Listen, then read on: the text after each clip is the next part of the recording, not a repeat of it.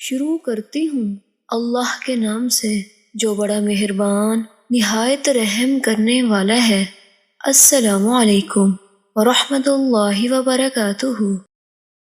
حضرت ابو بکر صدیق رضی اللہ تعالیٰ عنہ سے روایت ہے کہ انہوں نے رسول اللہ صلی اللہ علیہ وآلہ وسلم سے عرض کیا، آپ مجھے کوئی ایسی دعا بتا دیجئے جسے میں اپنی نماز میں مانگا کروں۔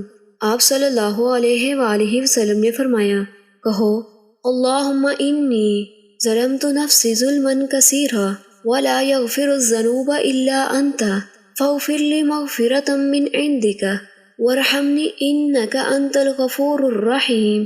ترجمہ، اے اللہ، میں نے اپنے آپ پر بڑا ظلم کیا ہے جبکہ گناہوں کو تیرے سوا کوئی اور بخش نہیں سکتا، اس لیے تو مجھے اپنی عنایت خاص سے بخش دے اور مجھ پر رحم فرما، تو ہی بخشنے والا اور رحم فرمانے والا ہے۔ حضرت انس رضی اللہ تعالیٰ عنہ بیان کرتے ہیں کہ رسول اللہ صلی اللہ علیہ وآلہ وسلم ایک ایسے درخت کے پاس سے گزرے جس کی پتیاں سوکھ گئی تھیں۔ آپ نے اس پر اپنی چھڑی ماری تو پتیاں جھڑ پڑیں۔ آپ نے فرمایا، الحمدللہ وسبحان اللہ ولا الہ الا اللہ واللہ اکبر۔ کہنے سے بندے کے گناہ ایسے جھڑ جاتے ہیں جیسے اس درخت کی پتیاں جھڑ گئیں۔ پیارے ساتھیوں، اللہ تعالیٰ سے دعا ہے کہ اللہ تعالیٰ ہمیں زیادہ سے زیادہ توبہ و استغفار کرنے کی توفیق اور ہمت عطا فرمائے۔